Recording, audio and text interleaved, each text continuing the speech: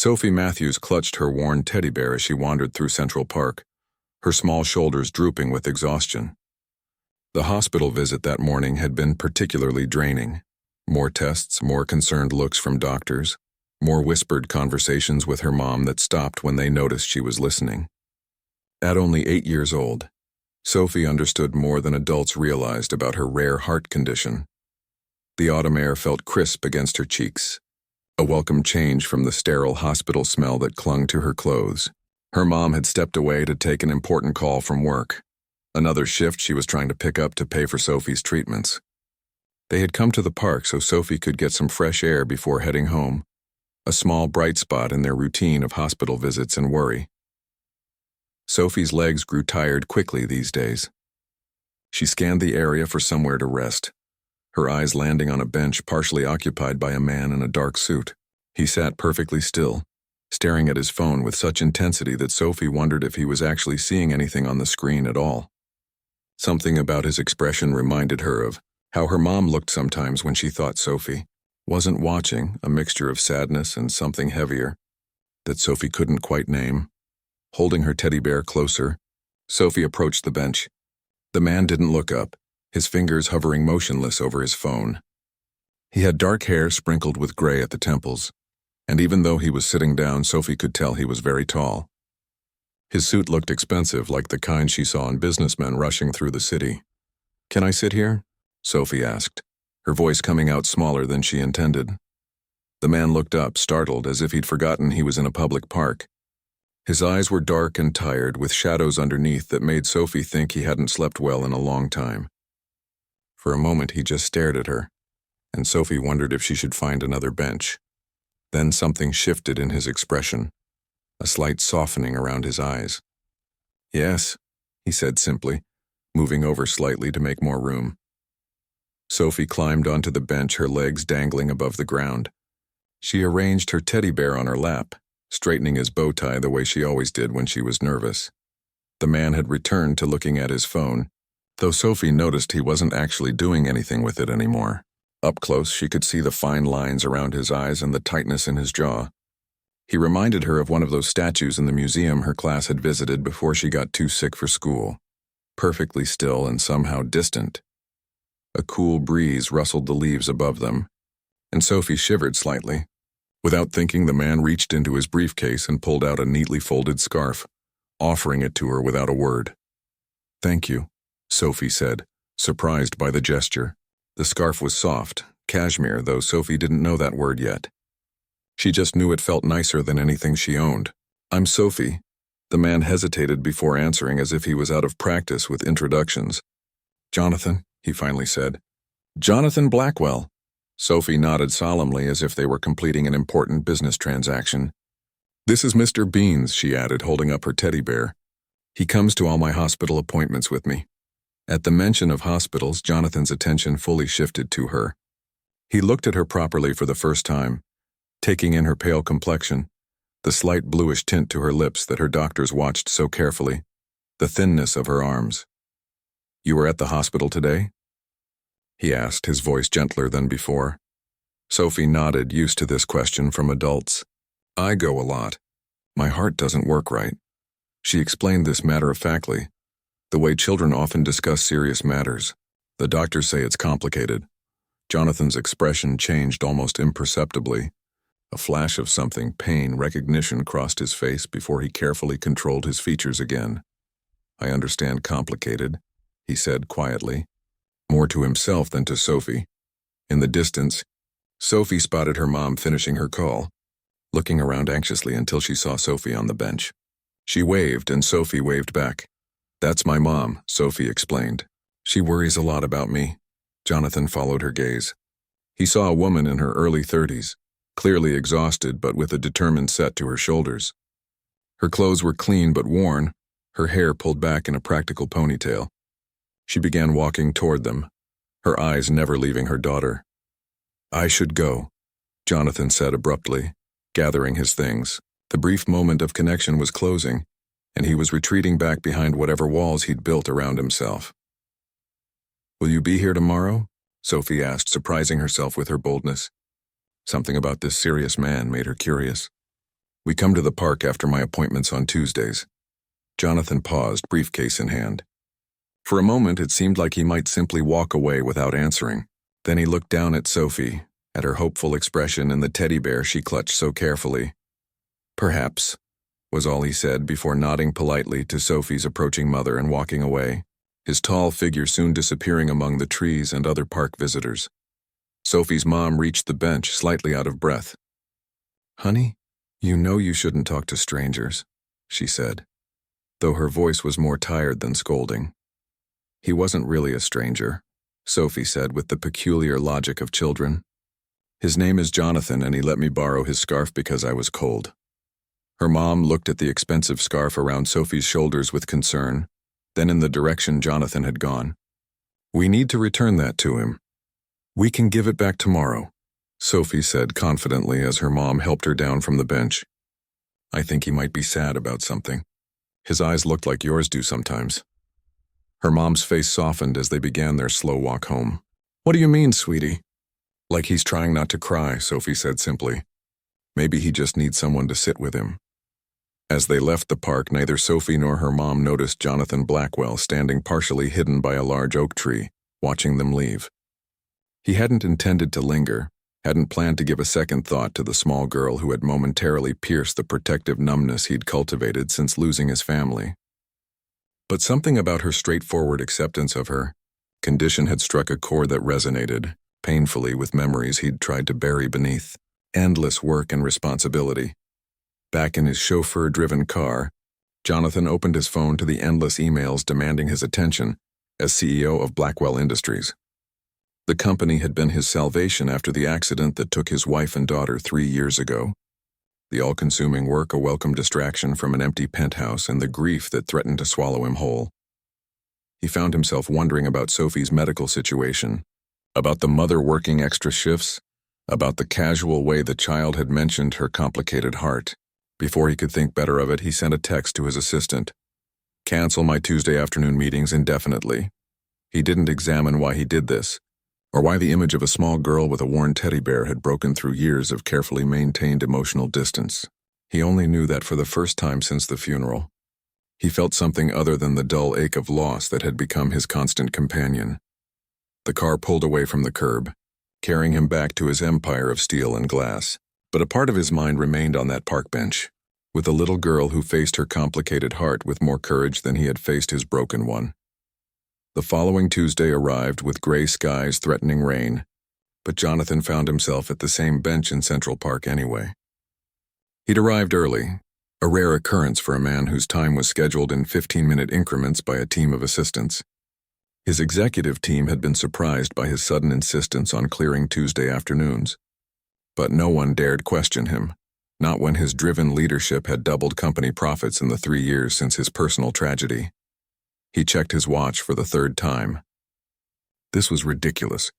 He was Jonathan Blackwell, CEO of one of the largest corporations in the country, sitting in a park waiting for a child he'd met once. He should leave. He had pulled out his phone to summon his driver when he heard it, a small voice calling his name. "Jonathan!" "You came." Sophie was bundled in a jacket too large for her, clearly a hand-me-down or thrift store find. Her mother walked beside her, keeping a protective hand on her shoulder, while eyeing him with understandable suspicion. "I had some time," Jonathan replied, tucking his phone away. It wasn't entirely a lie. He had time because he had ordered his schedule cleared, but explaining that seemed unnecessary. Sophie climbed onto the bench beside him, already chattering as if they were old friends. "We brought your scarf back. Mom washed it special." She handed him the neatly folded cashmere, which indeed smelled faintly of laundry detergent. "Thank you," Jonathan said, accepting it awkwardly. He nodded to Sophie's mother, who still stood watchfully nearby. "I'm Jonathan Blackwell." "Lisa Matthews," she replied with cautious politeness. "Sophie told me you were kind to her last week. Your daughter is—" He searched for the right word. "Easy to be kind to." Lisa's expression softened slightly. She looked tired, Jonathan noticed, the kind of bone-deep exhaustion that came from carrying too many worries for too long. "Mom, can I show Jonathan the ducks?" Sophie asked, pointing to the pond visible through the trees. Lisa hesitated. I don't want to impose on Mr. Blackwell's time. It's just Jonathan, he corrected automatically. And I have the afternoon free. The words surprised him as much as Lisa. They walked slowly to accommodate Sophie's pace. Jonathan found himself matching his long strides to her small ones without conscious thought, something he hadn't done since. He pushed the memory away. At the pond, Sophie tossed pieces of bread to the ducks, her delight at their quacking pursuit of crumbs making her seem like any ordinary child. But Jonathan noticed how quickly she tired, the way she needed to sit on a nearby bench after just a few minutes of gentle activity. The doctors say I shouldn't get too excited, she explained matter-of-factly when she caught him watching her. It makes my heart work too hard. Lisa, who had been standing a few feet away making a phone call, something about picking up an extra shift, rejoined them with an apologetic smile. I'm sorry, but we should probably head home soon. Sophie needs her rest. Of course, Jonathan said, surprised by his own disappointment. Sophie looked up at him with those direct eyes that seemed to see more than they should. Will you come next Tuesday too? Before he could think better of it, Jonathan nodded. I'll be here. And he was. Not just the next Tuesday, but the Tuesday after that, and the one after that as well. Their meetings became a strange highlight in his otherwise monotonous existence of board meetings and business decisions.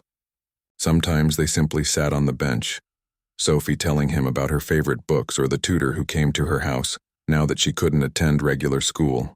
Other times, when she had more energy, they would walk slowly around the pond, naming the ducks and inventing stories about their duck lives. Lisa gradually relaxed her vigilance, though Jonathan often caught her watching them with a puzzled expression, as if trying to solve a particularly difficult equation. He didn't blame her for her caution. What kind of successful businessman spent his Tuesday afternoons with a sick child he barely knew? On their fifth Tuesday, rain poured down in sheets, keeping them from their usual bench. Jonathan arrived at the park entrance anyway, unsure if they would come but unwilling to miss the meeting just in case. He spotted them huddled under the awning of the park cafe, Sophie jumping in a small puddle while Lisa checked her watch with a worried expression. I thought you might not come, Lisa said when she saw him approaching with a large umbrella. I said I would be here, Jonathan replied simply, as if breaking appointments wasn't something he did routinely with people far more important than them. They took shelter in the cafe, Jonathan ordering hot chocolate for Sophie and coffee for the adults. It was the first time their meeting had extended to actual conversation between him and Lisa, rather than just polite acknowledgments. Sophie tells me you run a big company, Lisa said after a lull in the conversation. Jonathan nodded. Blackwell Industries. We specialize in technology and medical equipment, among other things.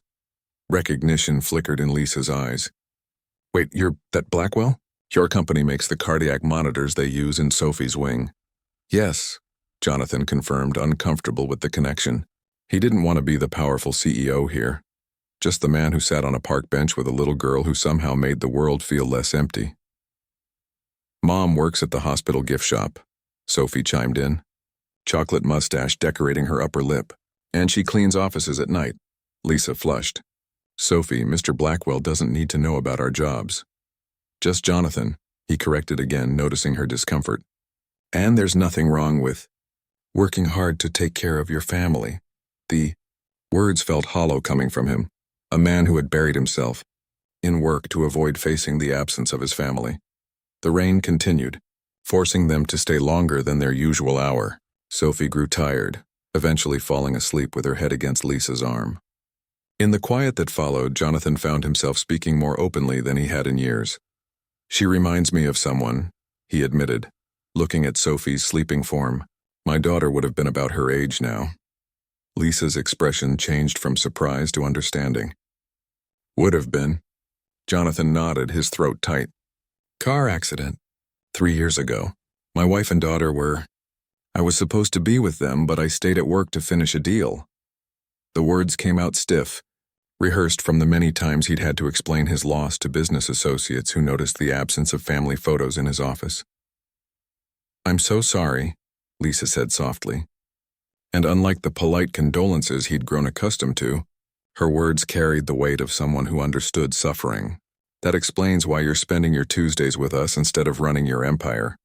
The observation should have offended him, But instead, Jonathan found himself smiling faintly. Sophie asked if she could sit on my bench. No one asks me for simple things anymore. They want investments, decisions, signatures, not just permission to sit. Lisa studied him for a moment. And you keep coming back because? Because she sees me, Jonathan said simply. Not the CEO or the widower or the man everyone walks carefully around, just me. He hadn't planned to say any of this, hadn't even fully acknowledged it to himself until the words were out. The rain eventually stopped, and they parted ways with the usual promise to meet the following Tuesday. But something had shifted. As Jonathan watched them leave, Sophie sleepily waving goodbye, he realized that for the first time in 3 years, he was looking forward to something that had nothing to do with business. Back in his office the next day, Jonathan found himself looking at Sophie's condition on his company's medical database. Hypoplastic left heart syndrome with complications, a severe congenital heart defect. The treatments were extensive, expensive, and ongoing. He thought about Lisa working 2 jobs, about Sophie's worn clothes and secondhand toys, about the resigned worry he often saw in Lisa's eyes. He made a phone call to the head of his company's charitable foundation. By the time he hung up, the wheels were in motion, a new program for children with rare conditions, with Sophie's specific condition featured prominently in the qualifying criteria. It wasn't charity, it was corporate responsibility. At least that's what he told himself. The following Tuesday, Sophie brought him a drawing she'd made, 3 stick figures standing by a pond with excessively large, colorful ducks swimming nearby. That's you and me and Mom, she explained, pointing to each figure in turn. Jonathan carefully placed the drawing in his briefcase, between important contracts and quarterly reports. That night, he hung it on his refrigerator in his otherwise sterile penthouse kitchen, the bright colors standing out against the stainless steel like a small beacon in the darkness. For the first time since the accident, the emptiness of his home felt like something that could possibly, someday, be filled again.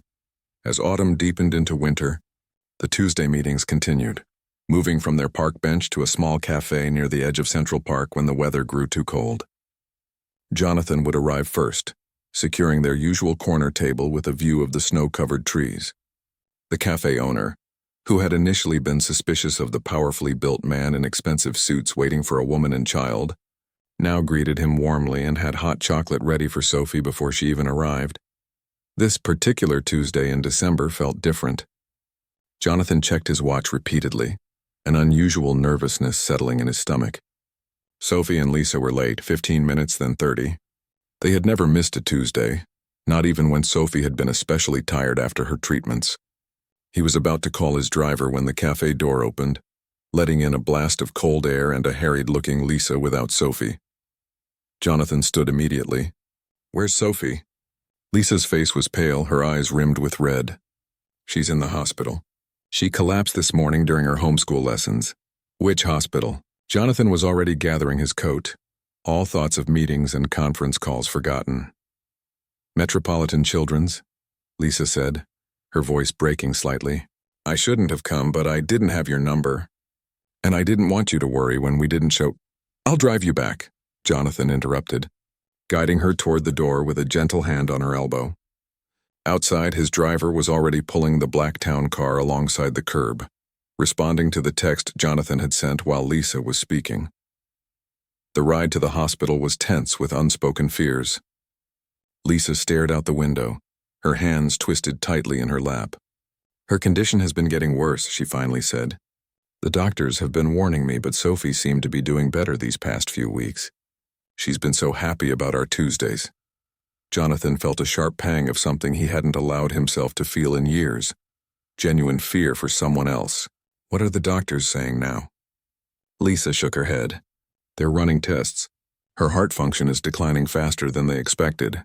The experimental treatment they've been recommending—" She trailed off, then added in a hollow voice, "Insurance won't cover it. It's classified as investigational." Jonathan's mind was already racing through possibilities, connections he could leverage, specialists he could call.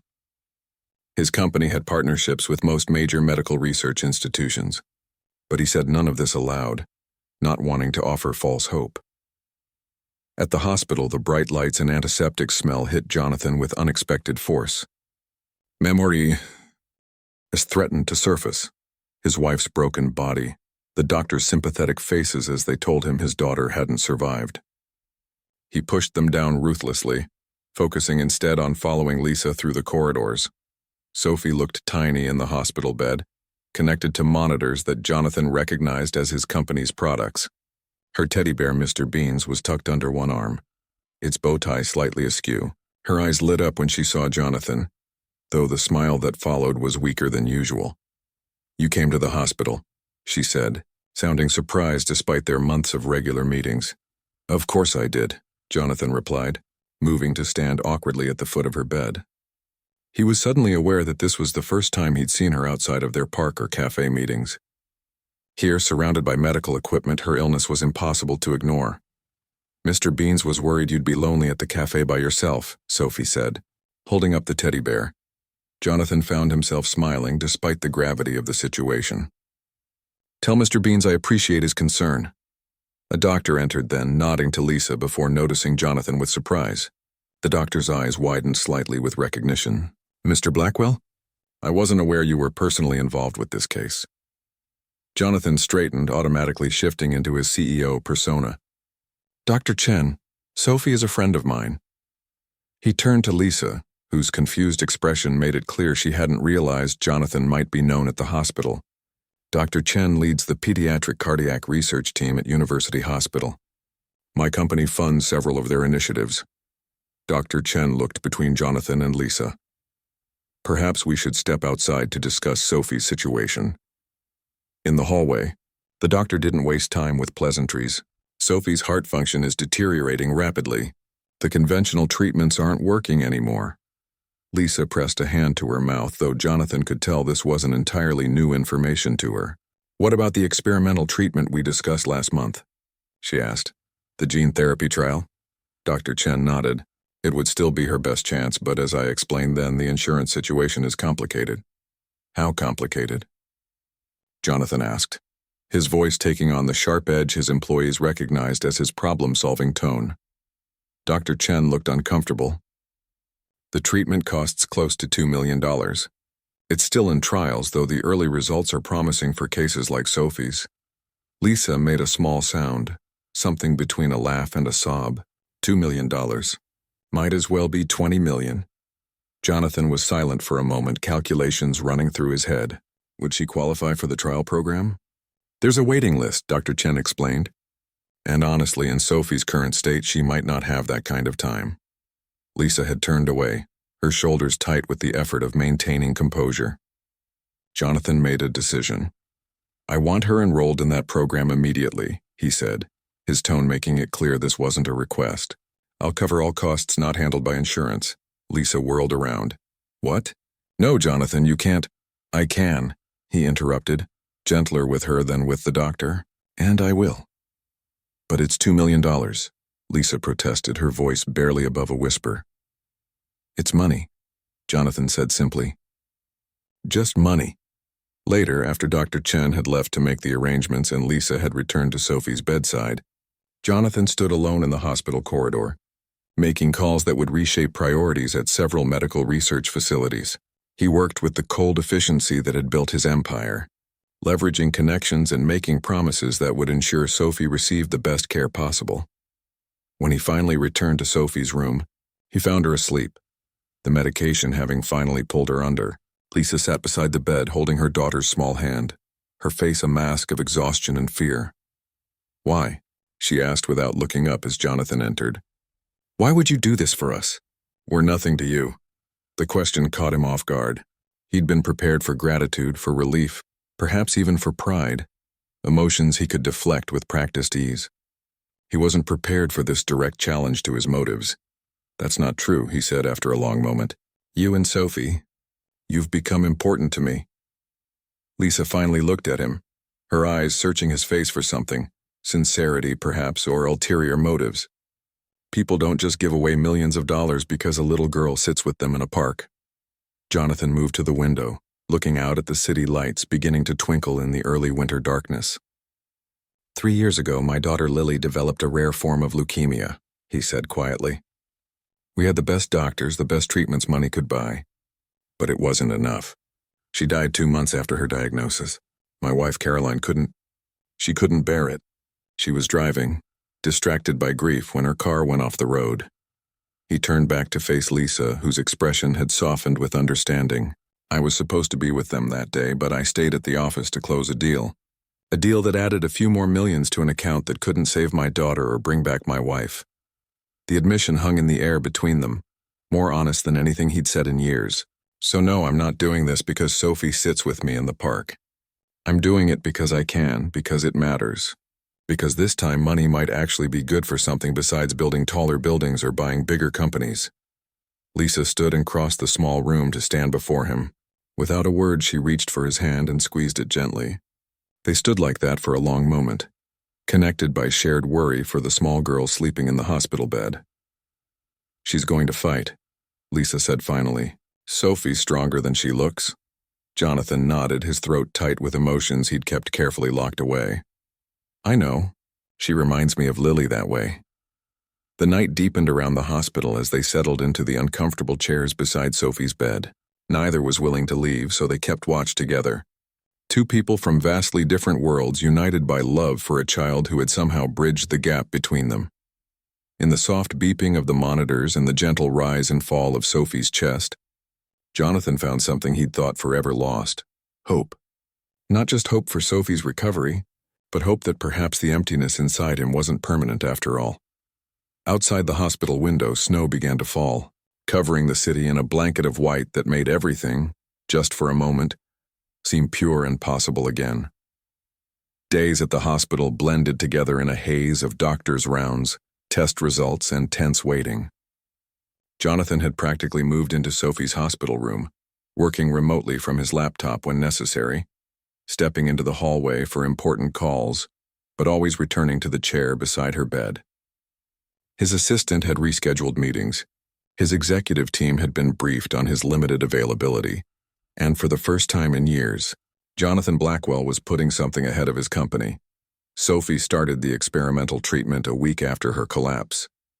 The procedure itself was deceptively simple, an IV infusion that took just hours to administer, but contained genetically modified cells that would, if successful, help her heart repair itself over time. The real challenge would be waiting to see if her body accepted the treatment. Will it hurt? Sophie had asked the night before, her voice small in the dimly lit hospital room. Jonathan, who had been reading reports on his tablet while Lisa grabbed a quick dinner in the cafeteria, set his work aside. The doctors say you'll just feel like you're getting your regular medicine, he answered truthfully. But I'll be right here the whole time. Sophie nodded, considering this with the seriousness that sometimes made her seem much older than 8. Jonathan, yes? Are you staying because you feel sorry for me? Because I'm sick like your daughter was? The question hit him with unexpected force. He'd never told Sophie about Lily, had only shared that painful history with Lisa during their night-keeping vigil. He glanced at the door, wondering if Lisa had said something. Your mom didn't tell me, Sophie said, following his gaze. I heard you talking that night when you thought I was asleep. I'm good at pretending to sleep when grown-ups are saying important things. Despite everything, Jonathan found himself smiling at her candor. That's not why I'm staying, he said after a moment. I'm staying because I care about you, Sophie. Not because you remind me of Lily, but because you're you. Sophie seemed to accept this, nodding with the gravity of someone receiving very important information. Good. Because I like when you're here because you want to be, not because you have to be. The treatment day arrived, bringing with it a parade of specialists, nurses, and equipment. Jonathan stayed true to his word, remaining by Sophie's side throughout the procedure. Lisa sat on the other side of the bed, holding Sophie's hand while medical staff moved around them with practiced efficiency. Dr. Chen supervised personally, aware that the hospital's largest donor was watching every move with hawkish attention. When it was over, Sophie fell into an exhausted sleep. The real work, her body's, was just beginning. You should go home, Lisa told Jonathan as evening approached. Get some real rest. You've been here for days. Jonathan shook his head. I'll stay a bit longer. The truth was, he dreaded returning to his empty penthouse. Here, despite the sterile environment and the constant worry, he felt connected to something that mattered. Lisa studied him for a moment, then nodded. I'm going to shower and change clothes. Will you? I'll watch over her, Jonathan promised. Alone with the sleeping child, Jonathan allowed his guard to drop slightly. The past week had been a whirlwind of activity, coordinating with specialists, ensuring Sophie had the best care, handling company matters remotely. He hadn't had time to examine the changes happening within himself, the walls crumbling around a heart he'd thought permanently closed. His phone buzzed with an incoming text from his head of research and development. Board members asking questions about personal investment in experimental treatment. Should I schedule a formal explanation? Jonathan stared at the message, understanding the subtext. The board was concerned about his sudden personal involvement in a case that had no obvious business benefit. They were wondering if their ruthlessly focused CEO was letting emotions cloud his judgment. Just a month ago, he would have immediately called an emergency board meeting to reassert his authority. Now he simply replied, "Tell them I'll address their concerns next week." He set the phone aside, looking at Sophie's peaceful face. Let them wonder. Let them question. Some things were more important than shareholder confidence. Lisa returned to find him dozing in the chair, his normally perfect posture slumped with exhaustion. She gently draped a hospital blanket over his shoulders before taking her place on the other side of Sophie's bed. Neither spoke of this small act of care when Jonathan woke later, but something had shifted again in the delicate balance between them. The days that followed were a roller coaster of hope and fear. Sophie's body initially fought the treatment, her temperature spiking dangerously as her immune system reacted to the foreign cells. Jonathan and Lisa took turns cooling her forehead with damp cloths, whispering encouragement, and trying not to let their fear show when doctors rushed in with additional medications.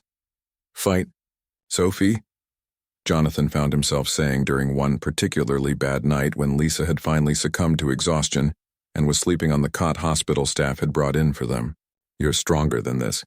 I know you are." Whether it was the treatment finally taking hold, the additional medications, or Sophie's own remarkable resilience, her fever broke early the next morning. By afternoon, her readings had stabilized enough for Dr. Chen to cautiously use the word promising for the first time. "The next few days will be critical," he warned, "but this is a good sign. Her heart is showing early response to the treatment." As Sophie's condition stabilized, Jonathan reluctantly began spending more time at the office, though he visited the hospital daily. The routine they developed had its own rhythm. He would arrive in the evening, often bringing dinner for Lisa from restaurants far nicer than she would normally visit. They would eat together in Sophie's room, sharing stories about their days while Sophie colored or worked on the lessons her tutor had started bringing to the hospital. 2 weeks after the treatment, Dr. Chen arrived with news that made Lisa burst into tears of relief. "Her heart function has improved 15%, he announced, showing them charts and numbers that confirmed what they had already begun to see in Sophie's increasing energy and better color. If she continues at this rate, she could be a candidate for release in the next week or two. That night, after Sophie had fallen asleep, Lisa and Jonathan stood in the hospital corridor, the weight of constant worry lifting slightly from their shoulders. "I don't know how to thank you," Lisa said, her voice thick with emotion, "not just for the treatment but for being here. For caring about her." Jonathan shook his head. "You don't need to thank me." Lisa stepped closer, looking up at him with an expression he couldn't quite read. "Maybe not. But I want to." Before he could respond, she rose on tiptoe and kissed his cheek, a gesture so unexpected that Jonathan froze, feeling the gentle pressure of her lips like a shock to his system. When she stepped back, her cheeks were flushed. "I should get back to Sophie," she said quickly, turning toward the room. "Lisa," Jonathan called softly, stopping her. When she looked back, he struggled to find words for the confusion of feelings inside him. Gratitude that Sophie was improving, fear of the attachment growing within him, and something else, something warming that happened whenever Lisa was nearby. "I'll see you tomorrow," he said finally, inadequately. She nodded, a small smile touching her lips before she disappeared into Sophie's room. Jonathan walked slowly through the hospital corridors, his mind replaying the moment of Lisa's kiss. He had thought himself incapable of feeling anything for anyone after losing his family. He had built his existence around that assumption, that the best he could hope for was to numb the pain with work and achievement. Yet here he was, his heart racing like a teenager's over a simple kiss on the cheek. Outside, the winter night was clear and cold, stars visible despite the city lights. Jonathan stood looking up at them, remembering how his daughter had always loved stargazing. "They're like little holes in the sky," Lily had once said, "so heaven can peek through and check on us." "I think I'm going to be okay, Lily," he whispered to the stars. "I think maybe we all are." As he slid into the back seat of his waiting car, Jonathan realized he was smiling. A real smile, not the practiced expression he wore for business associates. For the first time in 3 years, he was looking forward to tomorrow not for what he could accomplish, but simply for the joy of being with people he cared about. His phone buzzed with another message from the board, but this time he simply turned it off. Some things could wait until morning. Some things, the most important things, couldn't wait at all. Spring arrived in the city with a gentle persistence that mirrored Sophie's recovery. The experimental treatment had worked better than even the most optimistic doctors had predicted, and by early March, Sophie was strong enough to return home. Her release from the hospital had been a quiet celebration. Jonathan had wanted to mark the occasion with something grand, but Lisa insisted on keeping things simple, mindful that Sophie's recovery was ongoing. "Not complete. We're still taking it one day at a time," she reminded him as they helped Sophie settle back into the small, 2-bedroom apartment she shared with her mother. Jonathan looked around the modest living space, noticing the care Lisa had taken to make it warm and inviting despite limited resources. Children's books filled a small bookshelf. Colorful drawings were taped to the refrigerator, and plants occupied every windowsill. It was nothing like his sterile penthouse with its expensive minimalist furniture and untouched rooms. "It's not much," Lisa said, misinterpreting his thoughtful silence. "But it's home." "It's perfect," Jonathan replied honestly. He could see Sophie's personality everywhere, from the collection of rocks arranged carefully on her dresser to the constellation map pinned above her bed. Their routine shifted with Sophie's return home. The Tuesday park meetings resumed as the weather warmed, though now they were supplemented with Sunday dinners at Lisa and Sophie's apartment. Jonathan would arrive with grocery bags full of ingredients, and they would cook together, something he hadn't done since Caroline's death. "You're terrible at chopping vegetables." Lisa laughed one evening as she watched him struggle with an onion. "I have people who do this for me," Jonathan protested, though he was smiling. "I'm more of a big-picture person." "Here, like this," Lisa said, moving behind him to guide his hands. The closeness sent a now familiar warmth through him, a feeling he was gradually allowing himself to acknowledge. From her spot at the kitchen table where she was coloring, Sophie watched them with knowing eyes. "You two are being mushy again," she observed with the frankness only children can get away with. Lisa stepped away quickly, her cheeks flushing. "I'm just showing Jonathan how to chop an onion properly. Very practical, not mushy at all." "Uh-huh," Sophie said skeptically, returning to her coloring with a small smile. These domestic moments had become precious to Jonathan, a glimpse into a life he'd thought forever closed to him after losing his family. Still, uncertainty lingered. He was a man defined by his past tragedies and present responsibilities. Lisa and Sophie had already endured so much. They deserved someone whole, not someone still learning how to feel again. The board had finally demanded a formal meeting about his personal entanglements, as they delicately put it. Seated at the head of the conference table in his familiar position of power, Jonathan had been direct. "Yes, I authorized the experimental treatment for a child named Sophie Matthews. Yes, I have a personal connection to her and her mother. And yes, I intend to establish a foundation dedicated to funding similar treatments for children whose families cannot afford them."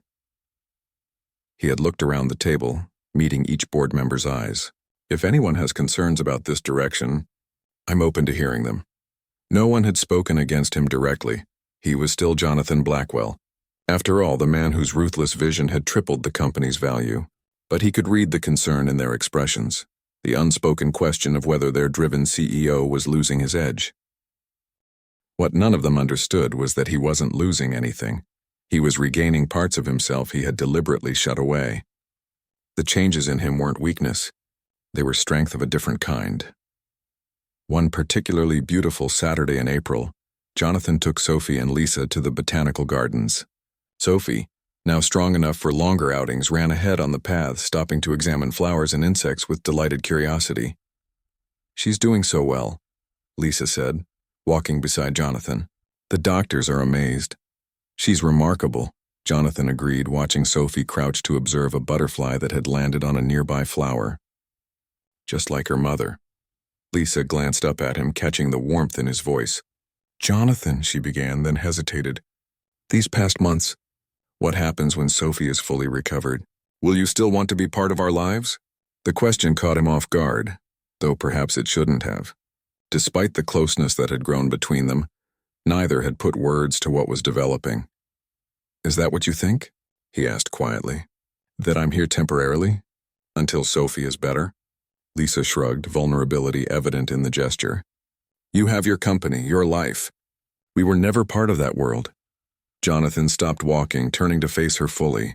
Lisa, I'm not here out of obligation or pity. I'm here because being with you and Sophie makes me feel alive again. For 3 years I existed. I worked, I slept, I ate, but I wasn't living.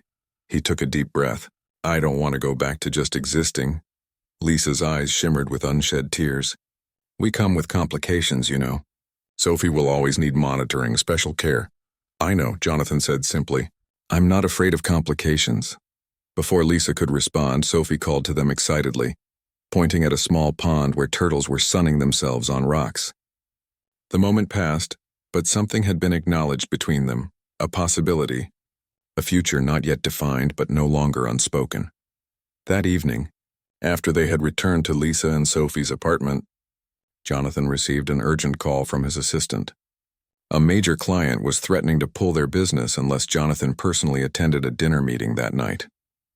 Once, he would have immediately rearranged his plans without question. Business had always come first. He looked at Lisa and Sophie setting up a board game on the coffee table, their faces bright with simple happiness.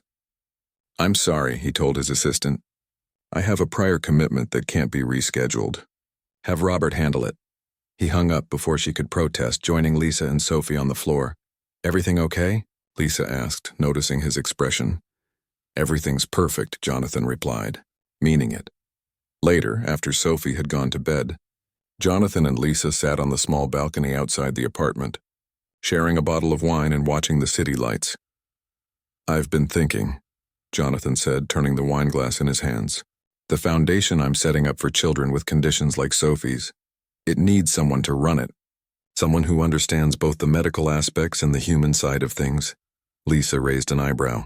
Are you offering me a job, Mr. Blackwell? I'm offering you an opportunity, he corrected gently, to help other families the way we were able to help Sophie. The salary would be substantial. I don't need charity, Lisa began, a hint of her old wariness returning. It's not charity, Jonathan interrupted. It's recognition of your capabilities. You've been managing Sophie's complex medical needs while working multiple jobs. Your organizational skills are impressive. Your empathy is genuine, and you understand what these families are going through in a way I never could. He paused. The foundation needs you, Lisa. I'm being entirely selfish. Lisa was quiet for a long moment.